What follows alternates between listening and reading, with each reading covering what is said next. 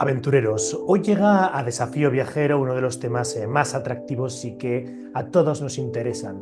El asunto del espionaje, las dobles vidas, los servicios de inteligencia. Y para hablar de esta materia tenemos al que seguramente es el mayor experto de habla hispana de esta materia y especialmente en España, Fernando Rueda, que ya estuvo por aquí hace un tiempo hablándonos de, pues bueno, todas las conspiraciones y problemas de la corona española. Esta vez la figura del lobo va a orbitar sobre la entrevista que vamos a mantener hoy, y es que tenemos en todas las librerías un libro sobre espionaje, lealtades, traiciones y engaños. Y es que en todo esto que tiene que ver con el ámbito del espionaje nos encontramos siempre en esta dicotomía de sentirse un traidor y un patriota al mismo tiempo, odiado y querido por unos y por otros, y todo lo que está relacionado al final con el espionaje, ¿no? Cómo afrontar esa cicatriz moral de realizar tal vez actos que éticamente no aprobaría uno mismo en pos del deber social y en pos de la patria. ¿Lo veis bien? ¿Lo veis mal? Después de esta entrevista me gustaría que me lo contaseis en los comentarios. Así que hoy en Desafío Viajero, espionaje, servicios secretos y el lobo. ¿Listos? Comenzamos.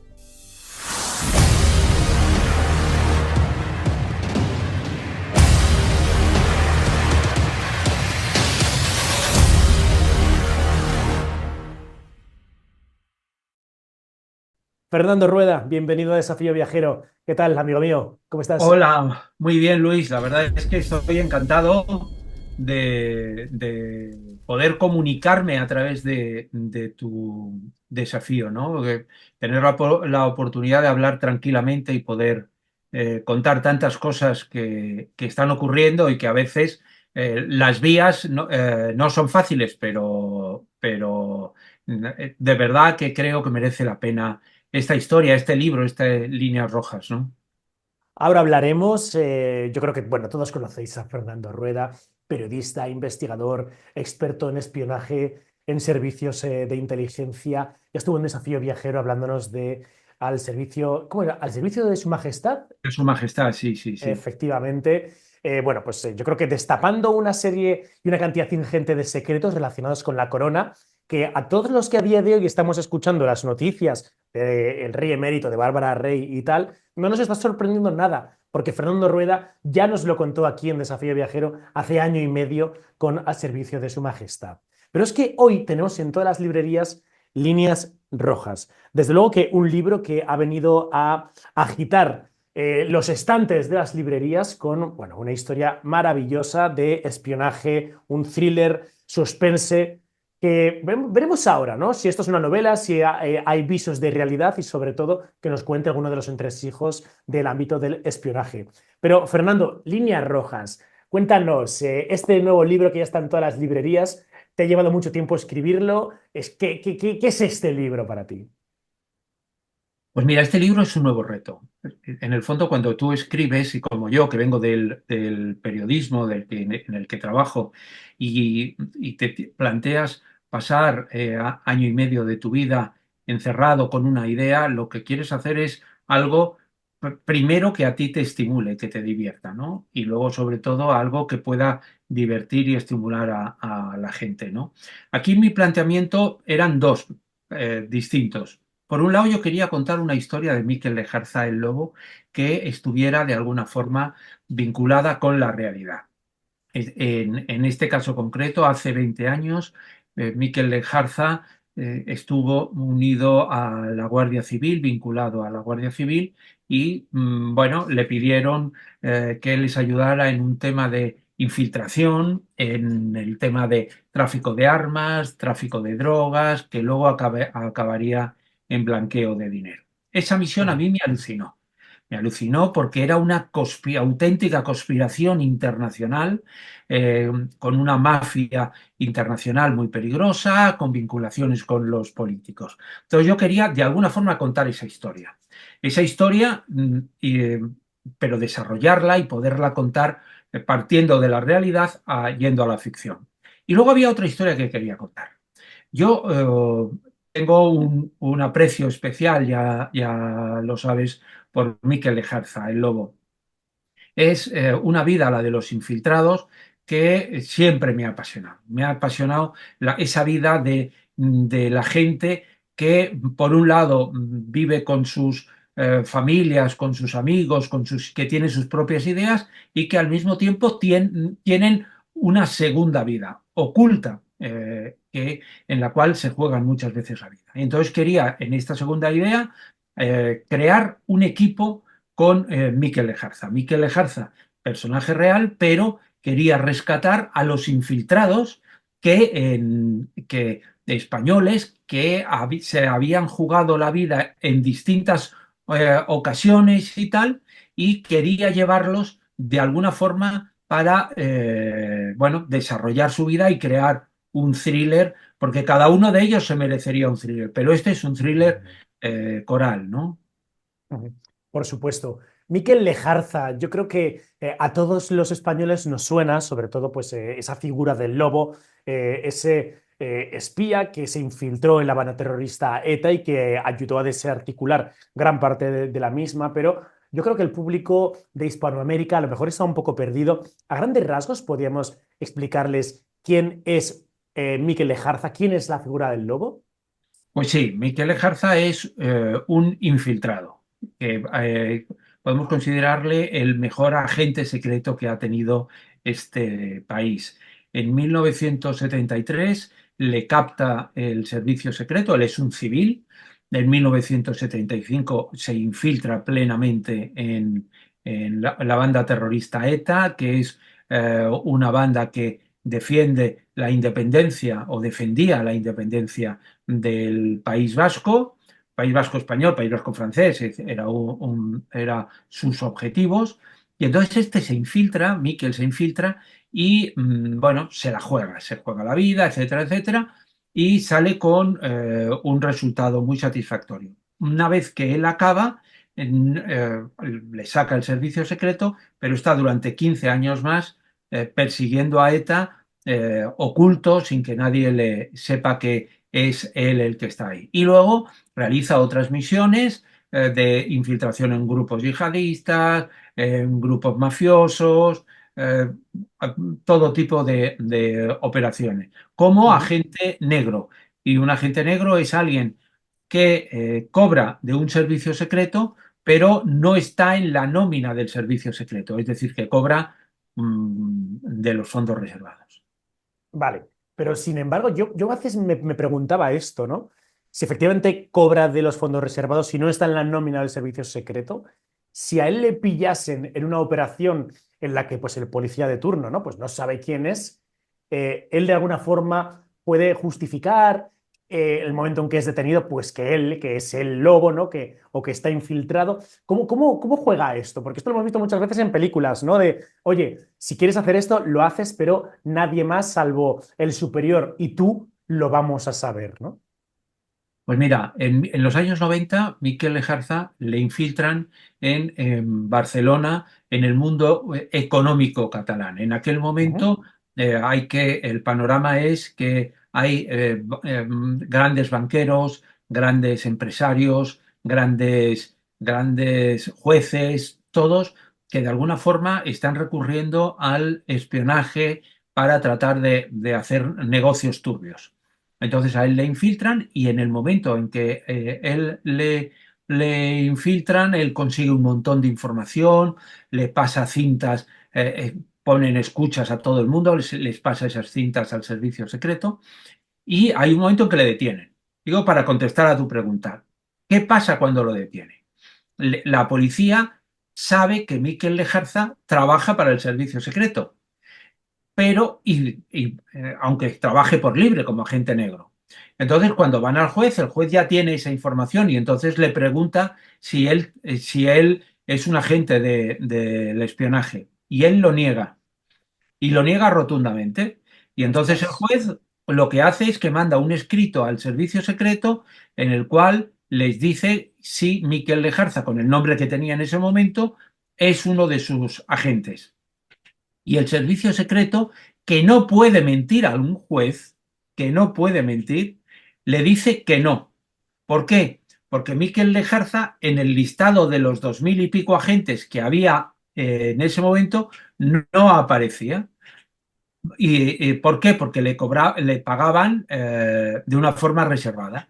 Por lo tanto, Miquel se tragó toda la responsabilidad, dijo que él era el culpable, nunca vinculó al servicio secreto y, bueno, tuvo una pequeñísima condena, pero jamás reconoció esa vinculación, que es lo que hacen los grandes agentes. Si te pillan, tú lo niegas hasta después de la evidencia.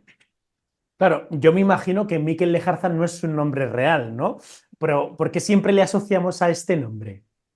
Porque él, cuando nace, sus Ajá. padres le ponen Miguel Lejarza, no Miquel, Miguel Lejarza. Sus padres son, él nace en el País Vasco, sus padres son vascohablantes, quiero decir, de nada, él nace y él lo primero que aprende es el vasco junto al castellano, al español. Ujú. Y a él le ponen Miquel Lejarza. Bueno, le ponen Miguel, lo que pasa es que como va a las escuelas, le llaman Miquel, pero él es Miquel Lejarza. Lo que pasa, y él se infiltra en ETA como Miquel Lejarza. Lo que pasa es que cuando sale, le van poniendo distintos nombres distintos, y llega un momento en que él está cambiando tanto de nombre que se plantea que tiene una novia y claro, se plantea, vamos a ver, si yo tengo hijos, ¿qué nombre les pongo? No les puedo poner el apellido Lejarza, pero Claro. tampoco le puedo poner un nombre que le dura un año.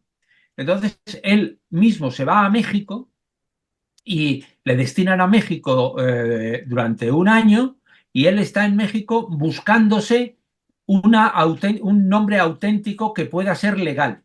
Y entonces él, en un pueblo de México, soborna, digamos que da un regalo a un policía de México y en el registro civil de ese pueblo buscan todos los que están inscritos y él le inscriben en un hueco, en una madre que se llamaba, no me acuerdo cómo era el apellido, y le inscriben como Miguel Ruiz en aquel momento, ¿no? Y entonces Ujú.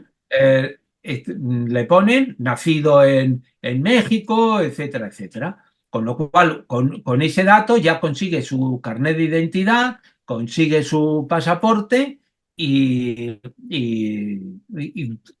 ese caso, hecho de una forma un poco extraña, un poco falsa, falsa totalmente, él se convierte en Miguel Ruiz. Ujú. Posteriormente, y a esto ya damos al misterio, puede haber cambiado nuevamente de identidad, también de una forma, digamos, si no totalmente legal, sí más cercana a la legalidad. Ya, ya, me puedo imaginar.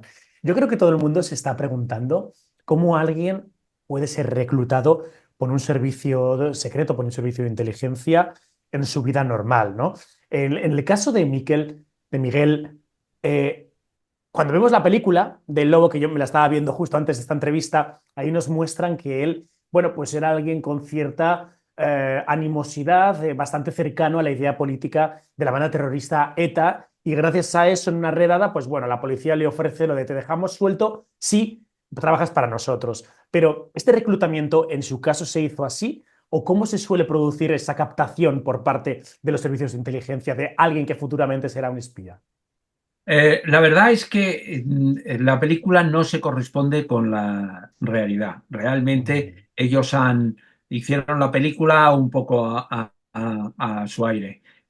Mikel Lejarza fue captado porque un tío suyo vio que él podía ayudar a la policía. En aquel momento la policía estaba buscando a gente para intentar infiltrarla en ETA, ¿no?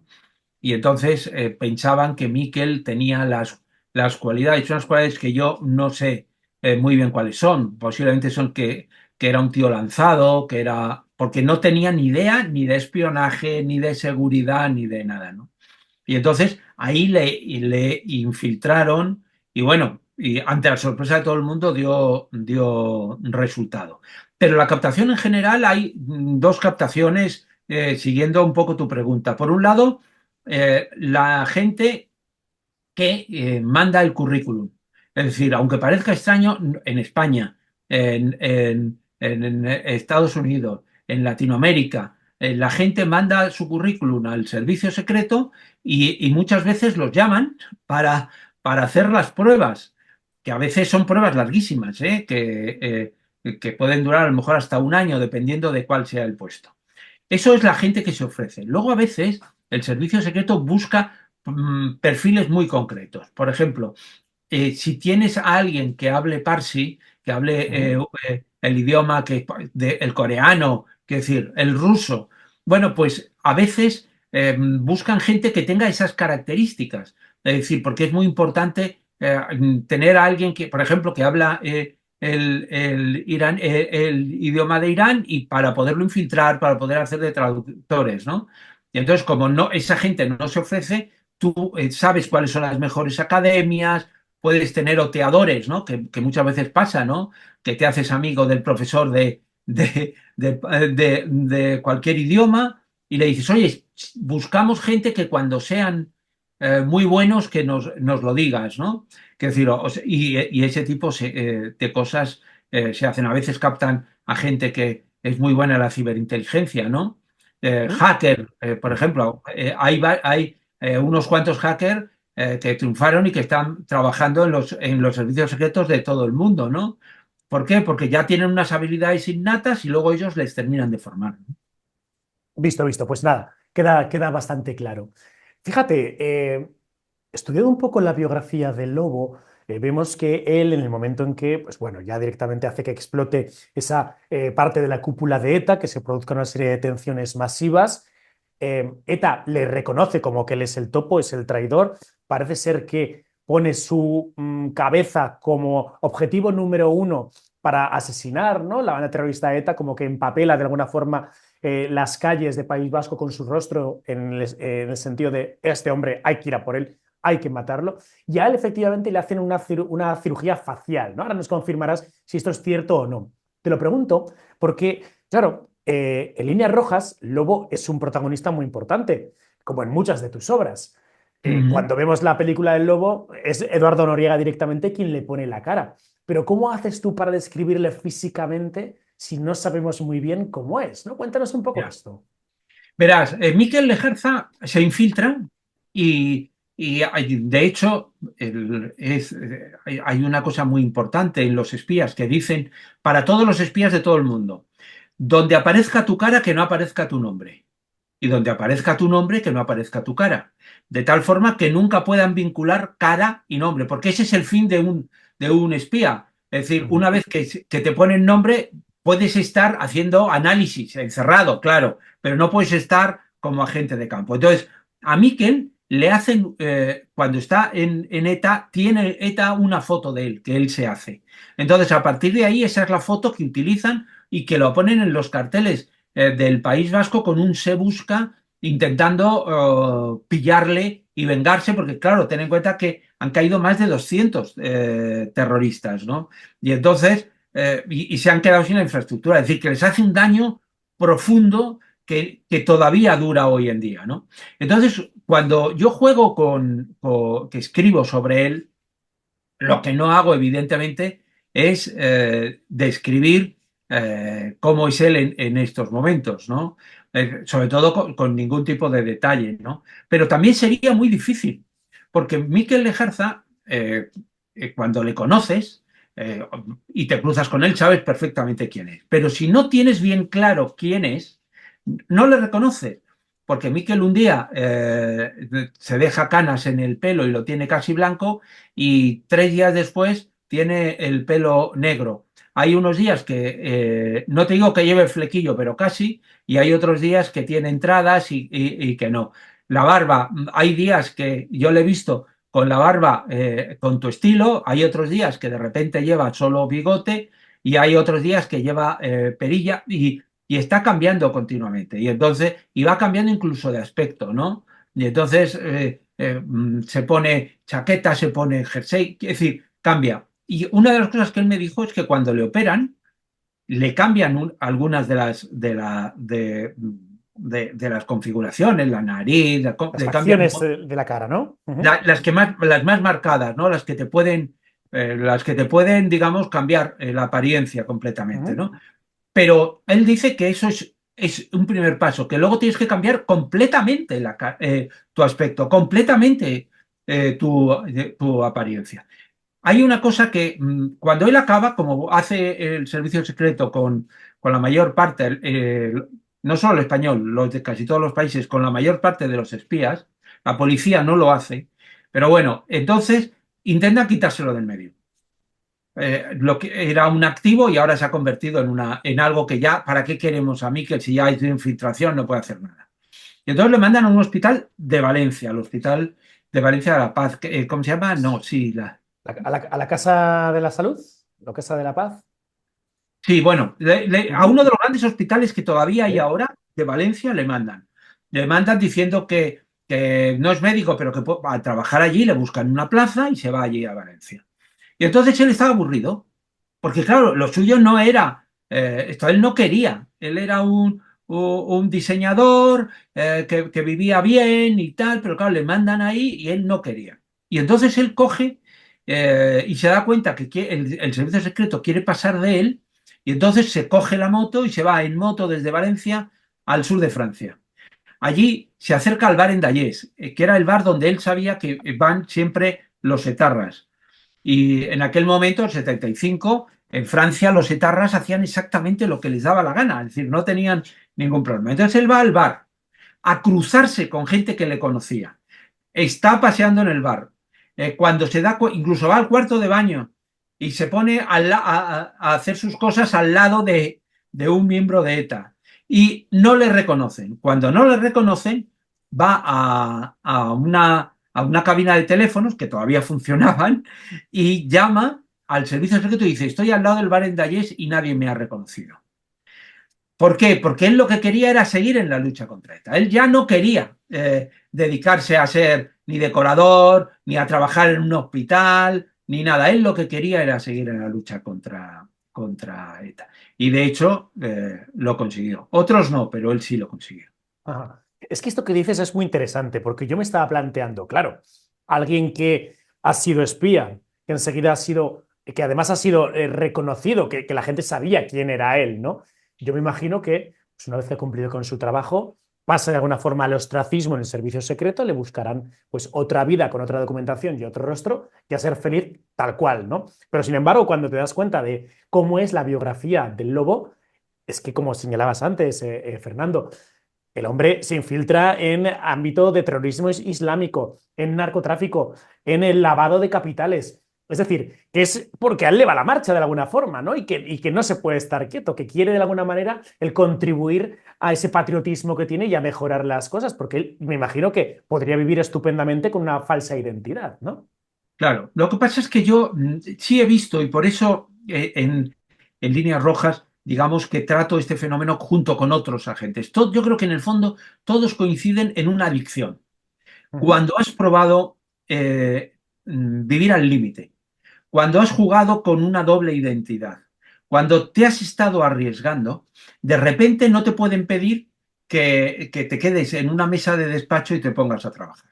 Ujú. Tampoco, es verdad que la policía no lo hace, pero el servicio secreto tiende a pasar de ti. Entonces tú Ujú. tienes una cierta soledad, ¿no? Entonces, esta gente necesita estar en una nueva misión. Por esto, cuando yo creo el equipo, yo creo un equipo dirigido en líneas rojas, un equipo dirigido por Miquel, que cuando va a recuperar para su equipo a gente que ha estado infiltrada, es muy complicado decir que no a una aventura. Es decir, ¿cómo voy a decir paso a una aventura? Todos ponen sus pegas, todos ponen sus problemas, ellos y cualquiera. Pero si tú le sabes dirigir, le sabes picar a hacer algo, lo van a hacer.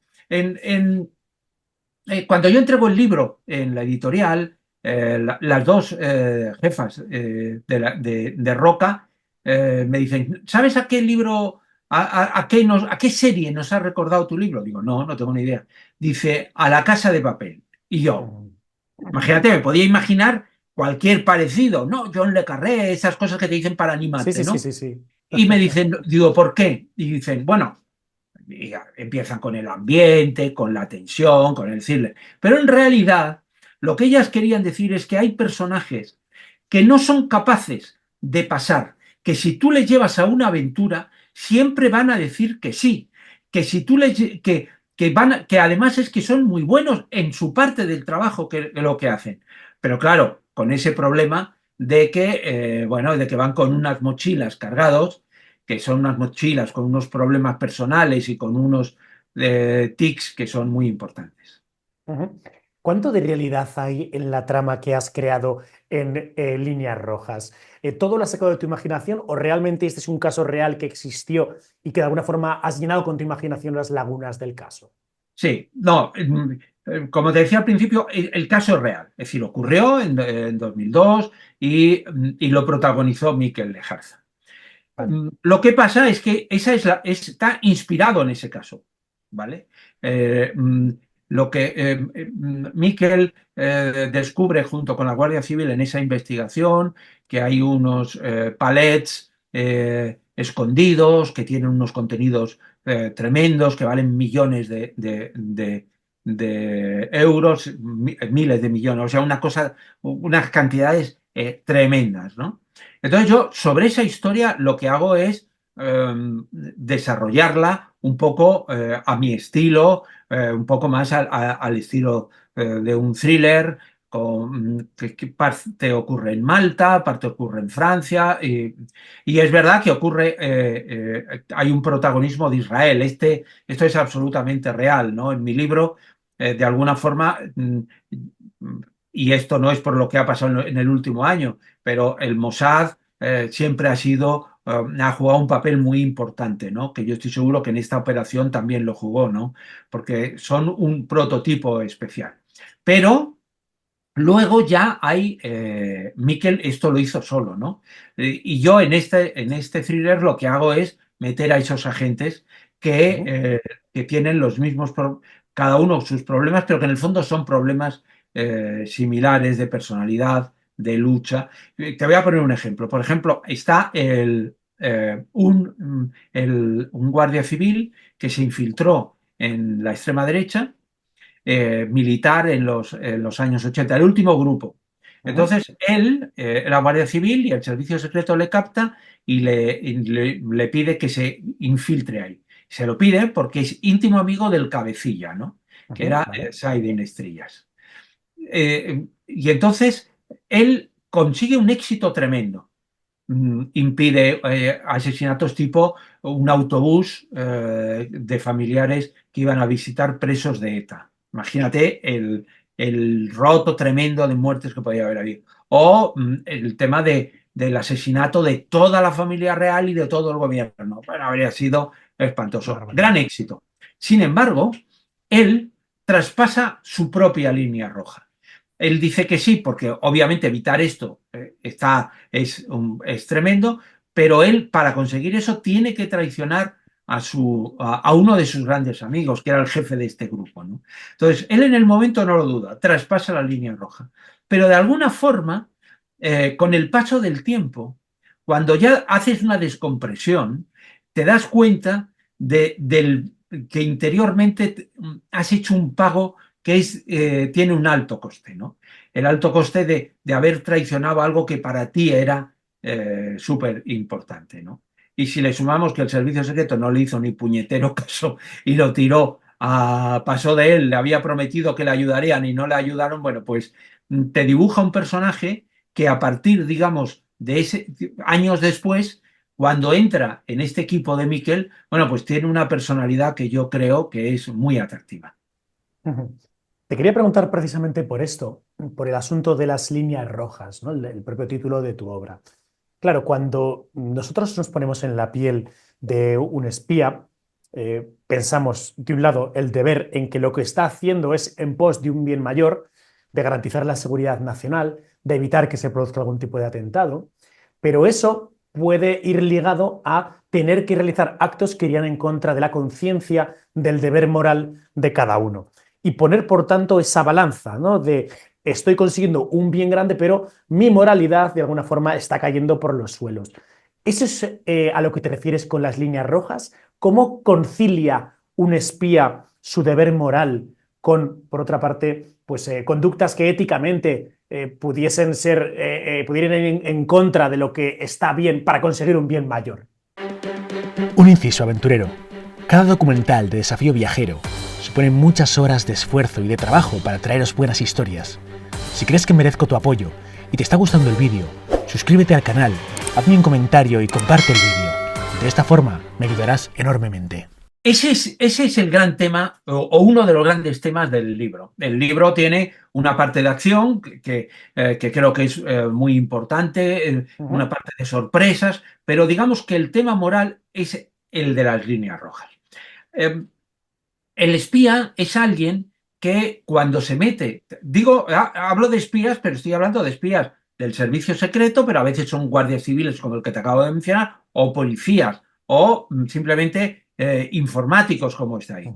Llega un momento en el que cuando estás haciendo las grandes misiones, unas misiones que estamos hablando de salvar vidas, es decir, no estamos hablando de jugar a hacer patatas fritas, sino de salvar vidas, tú estás arriesgando tu vida, pero estás queriendo salvar la vida de tantas y tantas personas.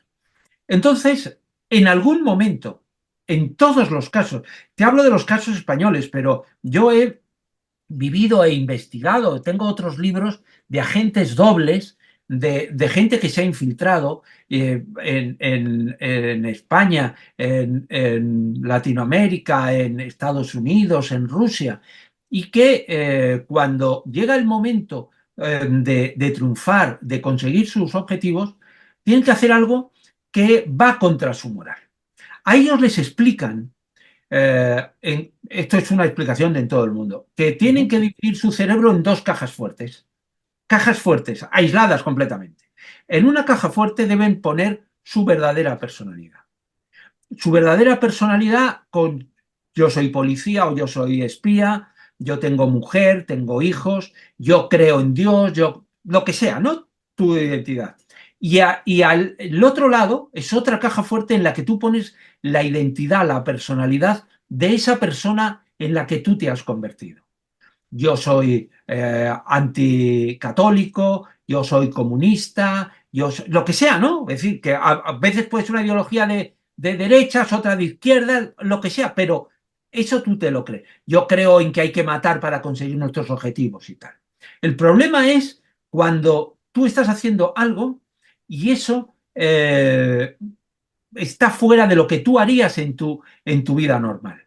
En el momento no te das cuenta, porque estás tan inmerso en esa parte en tu papel, pero cuando pasa el tiempo, eso es tremendo. Y te voy a poner un claro ejemplo con una de las protagonistas que a mí me dejó impactado. Yo hace unos 3 años conocí una historia de la única policía mujer que se había infiltrado en la organización terrorista ETA. Lo que me llamó la atención fue que estuvo durante un año viviendo con 2 etarras. Ella era policía. En su parte del cerebro de toda la vida, lo peor que podía haber era alguien que quitaba la vida por unas ideas. Ella, defensora. Los 2 terroristas se enamoraron de ella. Y los 2 terroristas incluso se pelearon por ella. Y todo esto retransmitiéndolo. Porque los policías, porque los etarras la habían elegido a ella porque no estaba fichada, que efectivamente no lo estaba, pero y se fueron a vivir a su casa, a usar su coche, pero su casa estaba trufada de micrófonos, que había micrófonos y cámaras hasta en el cuarto de baño, como es lógico, con lo cual todo se retransmitía. Los 2 policías se enamoraron de ella, los 2 terroristas se enamoraron de ella, y los 2 estuvieron de alguna forma con ella. Yo me pregunto, ¿es posible durante el momento que ella no se diera cuenta y que ella, siendo etarra, decían que era más etarra que los etarras, que ella, bueno, que viviera esa vida? Pero ¿qué pasó cuando hizo que a todos los detuvieran? Porque a todos los detuvieron, a esos 2 etarras que eran los más sanguinarios, de los más sanguinarios que había tenido ETA, y a todos los que estaban por ahí, a todos los detuvieron. A ella la cogieron y se la llevaron a una embajada precisamente en Latinoamérica, ¿no? Bueno, yo cuento Perú en mi libro, pero en realidad fue a otra de ahí. Se la llevan para que haga la descompresión. Cuando hizo la descompresión, yo no me creo que ella fuera capaz de construir dos cajas fuertes completamente aisladas.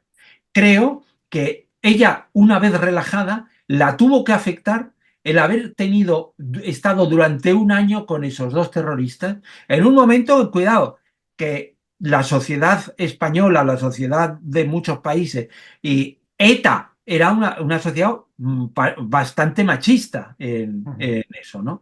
Entonces, ¿la afectó? Yo estoy seguro de que sí. Entonces, es verdad que no hago mucho spoiler con la novela porque todo ocurre años después, ¿no? Entonces nos encontramos con que esa policía o ese lobo o ese guardia civil de repente han pasado los años, pero ya han traspasado todas las líneas rojas y se encuentran en esa post-líneas rojas, ¿no? Y para mí creo que es tremendo. Son héroes, pero son héroes tocados, son héroes arañados, ¿no? Claro, es que tenemos que pensar incluso en caso de que el infiltrado sea una persona muy empática, el ser humano por naturaleza es empático. Oye, y si Ajá. a ti te ponen un año a vivir con otra persona que tiene unos ideales absolutamente contrarios a los tuyos, pero que el roce hace el cariño, puede surgir el amor, como es este el caso, puedes llegar a entender incluso los sentimientos de otra persona de por qué cree lo que cree y que te puedas incluso pasar al otro bando, ¿no? Es decir, que imagino que en momentos será complicado y que el propio espía llegará a dudar de, ¿tendré la razón yo y lo que estoy defendiendo? ¿O estoy entendiendo ahora mismo la contraparte y puedo llegar a empatizar, pero especialmente porque hay un vínculo afectivo que hace que, bueno, puedas entender un poco mejor, incluso puedas, que yo no sé si esto habrá pasado alguna vez, ¿no? Pero llegar a confesarle, mira, me he enamorado de ti, te entiendo, pero quiero que sepas mi verdad, y es que yo antes era una espía y he venido aquí a espiarte. ¿Crees que esto puede llegar a ocurrir?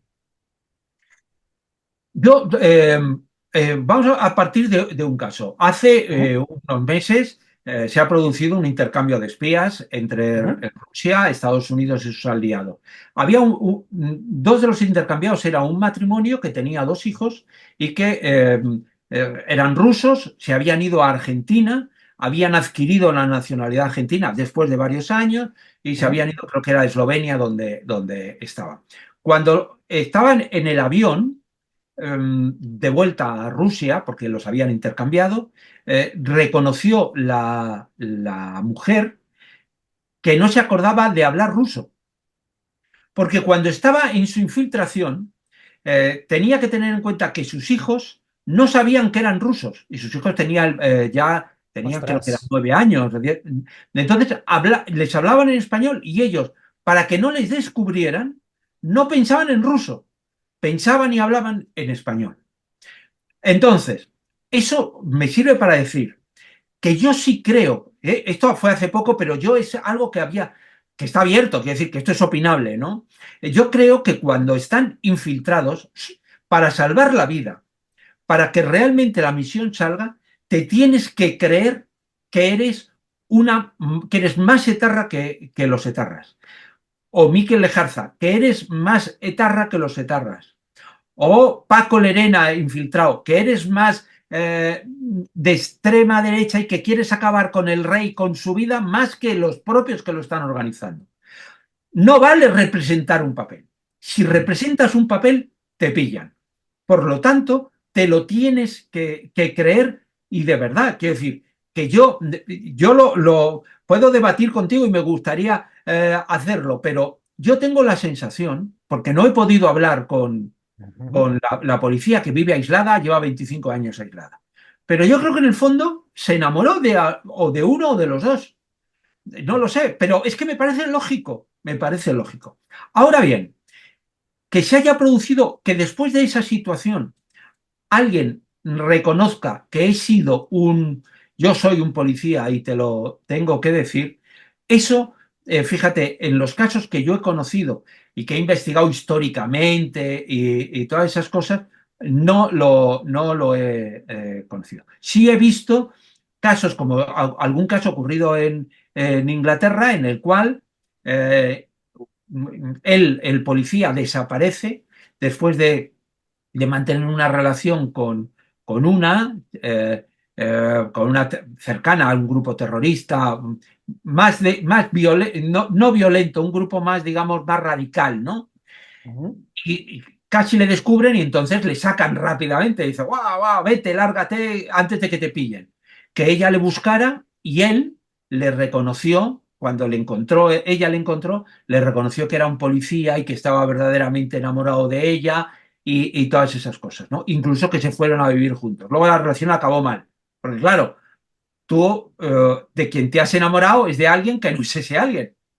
Te has enamorado de alguien que se ha creído un papel, pero que no es ese alguien. Y Claro, entonces, claro. claro, cuando vives con ese alguien es otra persona distinta, ¿no? Bueno, bueno.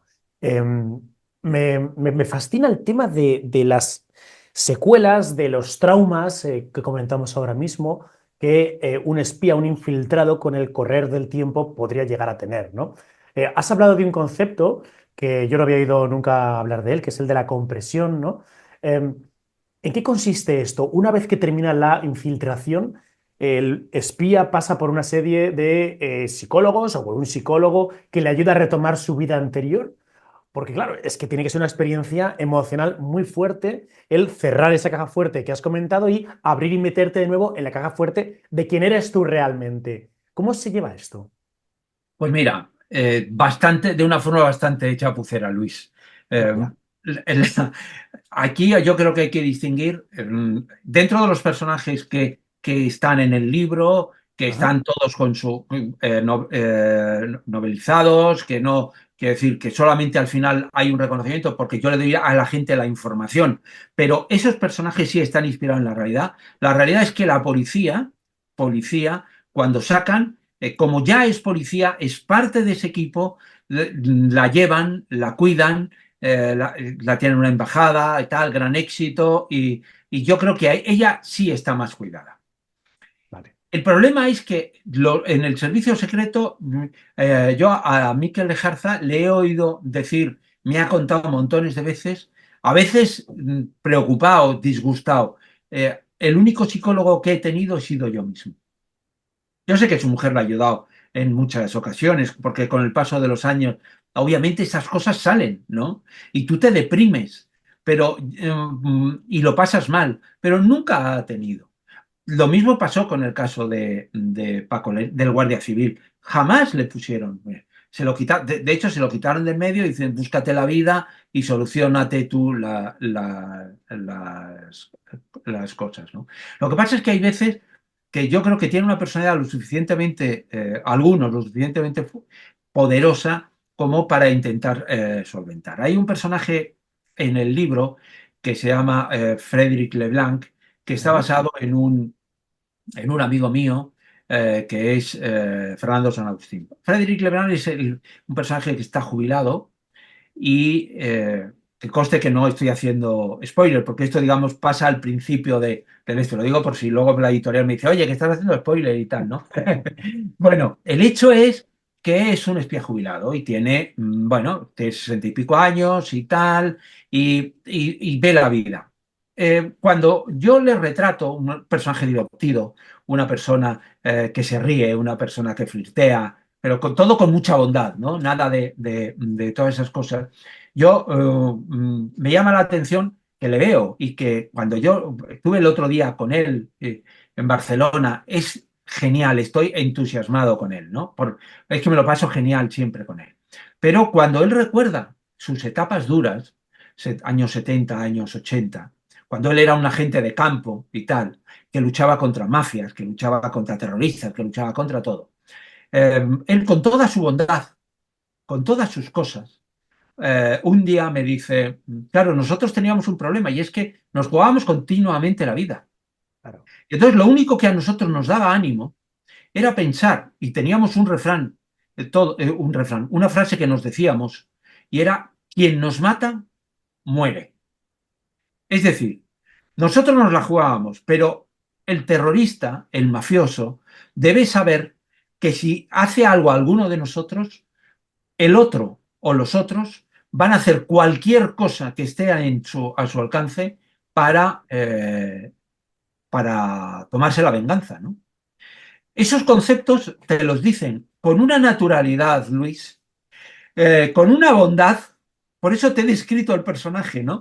Sí, sí, sí, Que sí. dices, quiero decir, es tal la tensión que pasan que a veces lo que les consuela de esa tensión, de esos nervios, de eso estar jugándose la vida, es simplemente pensar que yo puedo perder la vida, pero que el cabrón que me pegue 2 tiros le van a descerrajar 4, una semana, 15 días, 2 años. ¿Tú crees que hay que tener una pasta especial para ser un infiltrado?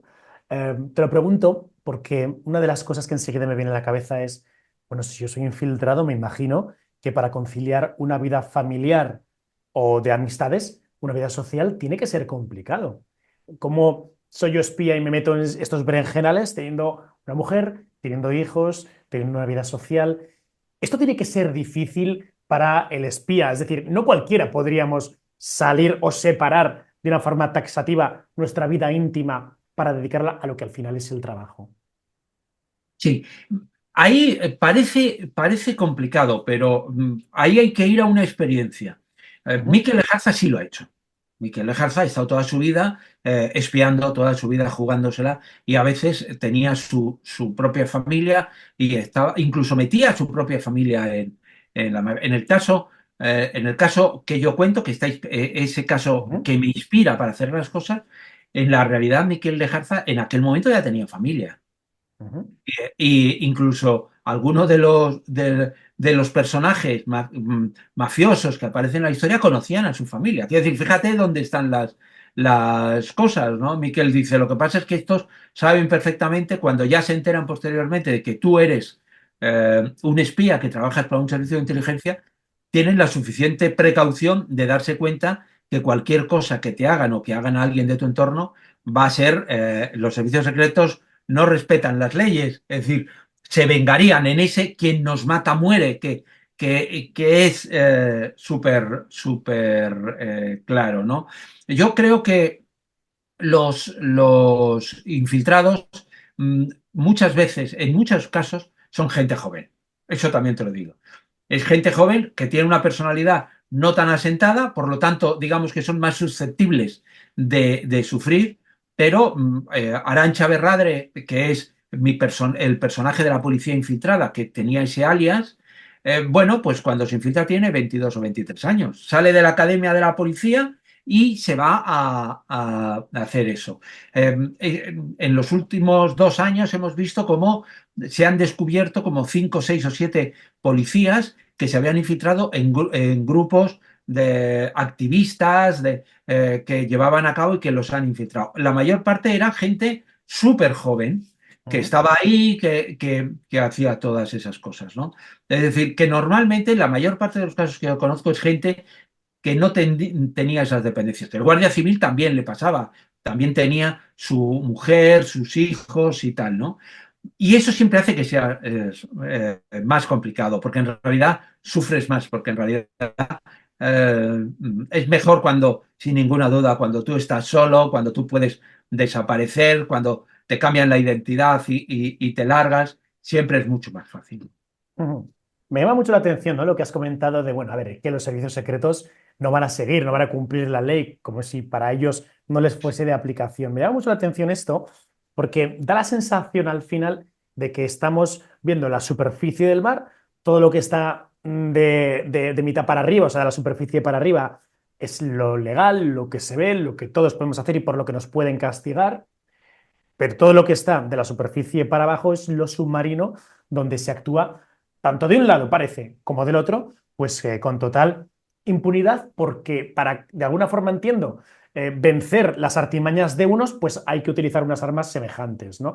Claro, yo ahora mismo, mientras te escuchaba, estaba pensando, "Joder, a mí como en mi trabajo, que los últimos años me están dando la tabarra como si no hubiera mañana en las actas, con la ley de protección de datos, que no puedo poner ni DNIs, ni datos que sean demasiado comprometedores, o que ahora una cámara de vídeo pues pilla al ladrón robando y casi no te vale porque sale su cara.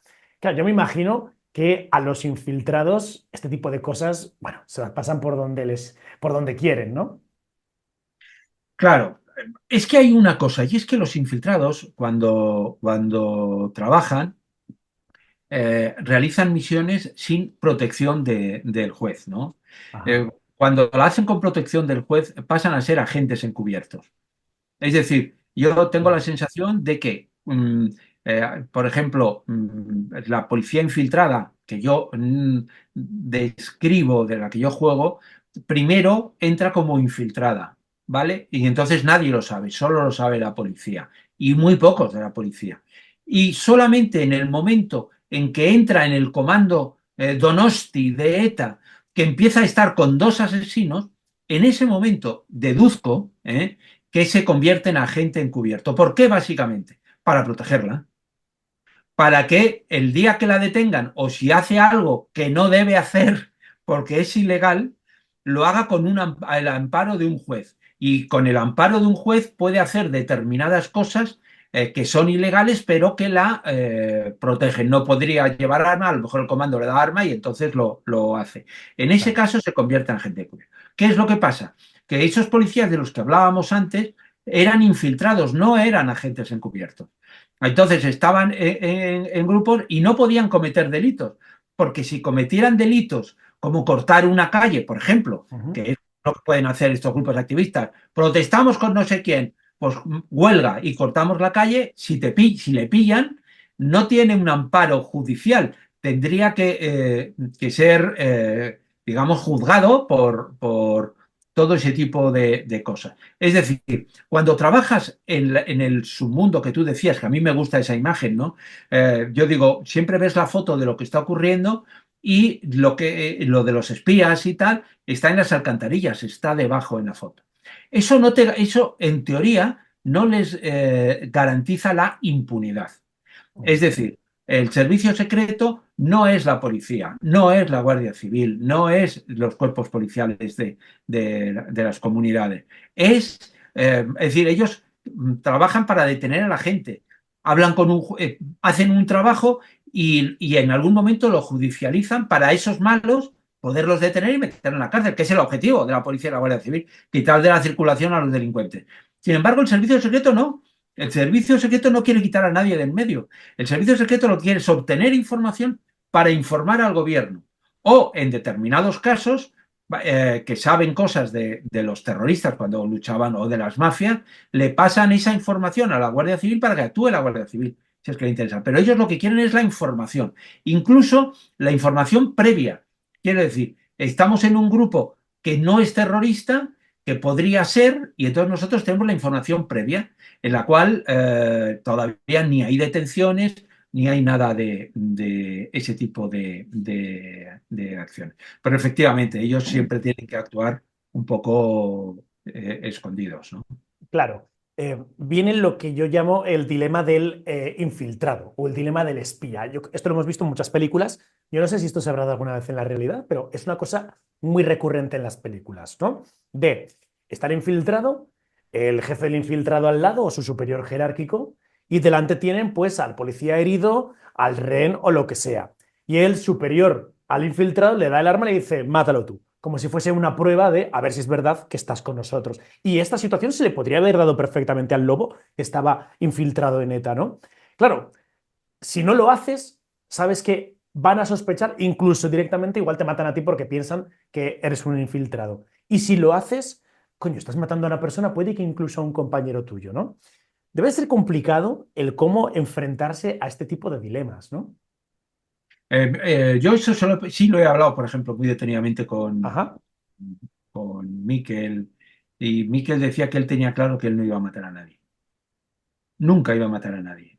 Entonces, él lo que hace, que le sale bien, es jugar y se inventa a ocupar un puesto que le permita identificar a todos los terroristas, pero sin estar cerca de la necesidad de matar. Porque claro, si entras a un comando, al comando de noche del que hablábamos, pues claro. tienes que coger y ahí sí, ahí el primer asesinato que hay te toca a ti para demostrar que eres capaz de hacerlo. Es decir, eso no hay duda. Él se encarga de la infraestructura y les convence tanto de que va a ser muy bueno y que les va a conseguir muchos pisos y tal, que le nombran jefe de infraestructuras de la banda terrorista ETA. Nunca un infiltrado ha llegado tan alto, ¿no?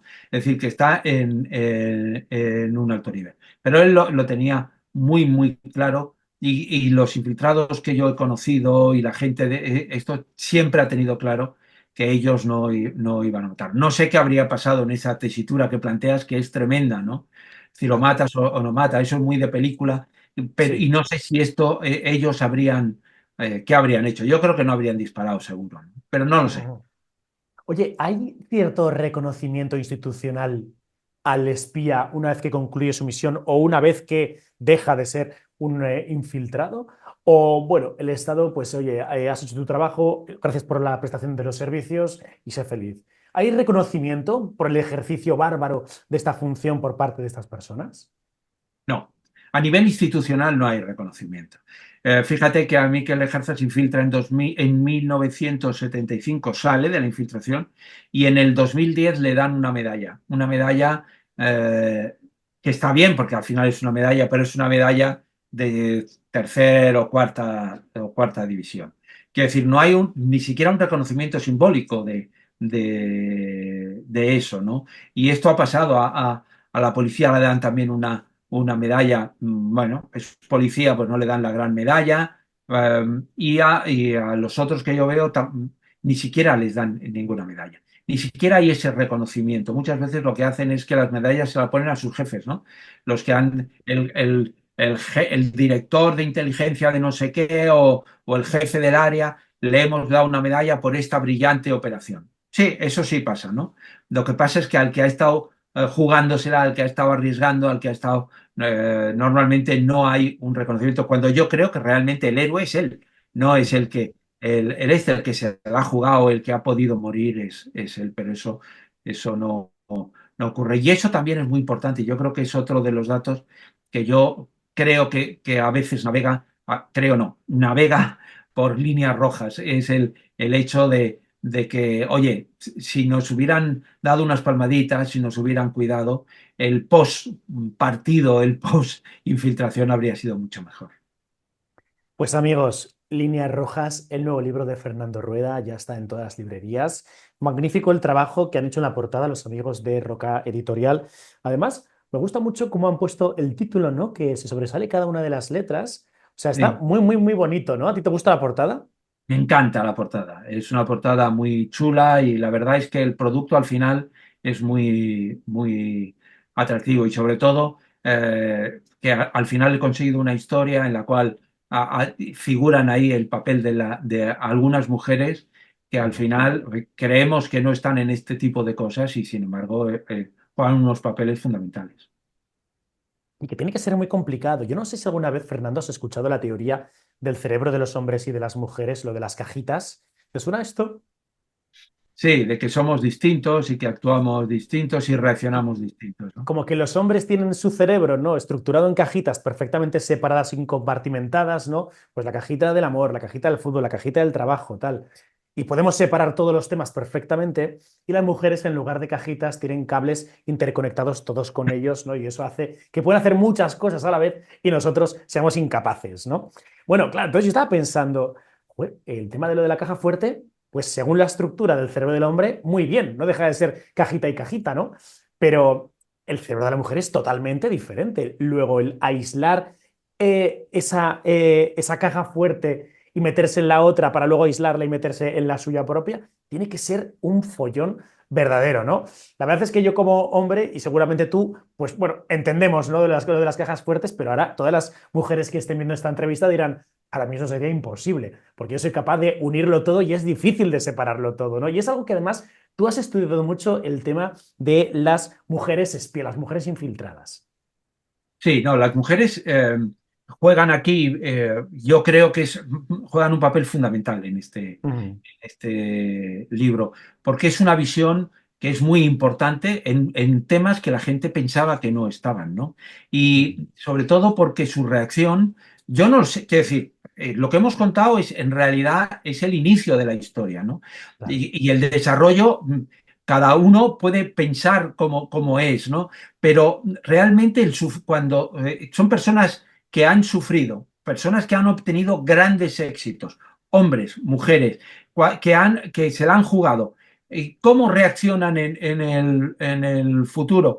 Pues yo creo que efectivamente distinto. Es decir, distinto y diferente. Y hasta ahí puedo leer. Efectivamente. Bueno, pues aventureros, os voy a dejar el enlace de Líneas Rojas, el nuevo libro de Fernando Rueda, para que os hagáis con él, porque de verdad que es una maravilla, un true crime. Además, bueno, pues con la pluma sagaz de Fernando Rueda, que ya sabéis que a mí me encanta, admirado por mí y por pues, prácticamente toda la comunidad. La última entrevista por la que se pasó por Desafío Viajero, pues bueno, estuvo lleno de comentarios muy positivos y los que habéis leído su obra, todos me habéis dicho que os encanta, ¿no? Oye, Fernando, ya que te tengo por aquí, ¿no? Me gustaría que nos dieses algunos consejos para los que nos gustan la novela o el cine de espías. Si pudieras recomendar un libro de espías, ¿tienes en tu cabecera alguno que digas, mira, este es mi favorito? Mira, yo soy un fan apasionado de dos autores. Uno, John Vale. le Carré, Ajá. que yo leería prácticamente cualquier libro de John le Carré. Me parecen fascinantes. Yo los releo, es decir, los releo porque, bueno, también a mí luego se me olvidan, ¿no? Porque si sé el final no me gusta, pero los releo, ¿no? Y luego, ahora estoy muy interesado en los libros uno al año que saca Daniel Silva. Tomar Sí, este sí, sí. autor. Es un autor que hace temas del Mossad, que está muy presente en mi libro y también narra esas aventuras. Yo prefiero decir autores y con eso, pues fíjate, acabo de hablar de 30 o 40 libros, pero da igual, quiero decir, da igual uno, otro, hay unos mejores que peores, pero todos ellos crean un ambiente que es muy interesante. Y en cuanto al cine, ¿amigo de James Bond o vas por otros derroteros? Bueno, yo soy más de series James Bond está bien, quiero decir que yo suelo verlo, quiero decir que tampoco digo lo contrario, es decir, yo me veo todas las series Ujú. de espías, ¿no? Pero ahí en pelis yo soy más también de John le Carré, pero bueno, luego hay otras series de espías que hay en todas las plataformas. Y yo, ¿sabes qué pasa? Que yo creo que lo que hay que ver es temas de espionaje. Es decir, a mi mujer le prefiere el cine negro, las novelas negros de muertes y tal, y yo prefiero las novelas de espías, ¿no? Ujú. Y todas. ¿Y alguna serie que tengas en la cabeza que nos puedas recomendar? ¿Alguna que te suene? Serie, ¿cuál te puedo decir? O película, da igual. Algo para que esta noche nos pongamos, que digan, mira, Pues recomendación de Fernando Rueda. os digo la que voy a ver ahora. Esta Vale, semana voy a ir a ver La Infiltrada, vale. que Ah, es sí, sí, sí. la peli. Hace 3 años debió salir alguna noticia en la cual Sí. está mi personaje en la policía infiltrada y hicieron una peli. Bueno, en realidad dos. Una que acaban de estrenar y otra que vendrá más adelante. Y que es La Infiltrada. Yo esa la voy a ver porque me han dicho que es fantástica y que además ayuda de alguna forma a recrear, porque donde acaba esa película empieza mi personaje, ¿no?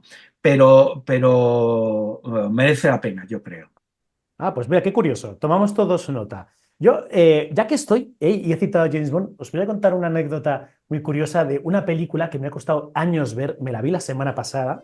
Es una película de James Bond que está fuera del canon ortodoxo de las películas de James Bond. Se llama Nunca digas nunca jamás. Y es una película del año 83 interpretada por ni más ni menos que Sean Connery. ¿Y por qué es Ajá. una película curiosa, ¿no? ¿Qué tiene esto de especial? Pues resulta que Sean Connery, después de hacer todas sus películas de James Bond, bueno, pues llega un punto en que el hombre ya se ve muy mayor, se ve que le están encasillando en ese papel, ¿no? Y dice, yo Ujú. jamás voy a volver a interpretar a James Bond, ¿no? Me salgo ya del papel, contratada a otro y ya está, y continúa la franquicia. Y bueno, y eso es justo lo que ocurrió, ¿no? Pues terminó de hacer sus películas, hubo varios James Bond detrás de él y llega un punto en que la productora no tiene muy claro qué hacer con la franquicia y a quién colocar como nuevo James Bond después de que varios intérpretes hayan actuado como tal. Así que le ofrecen a Sean Connery, pero estamos hablando de 13 años después, volver a ser otra vez James Bond, ¿no? Y de alguna forma, no sé si a regañadientes o porque el cheque fue muy sustancioso, pues él acabó diciendo que sí.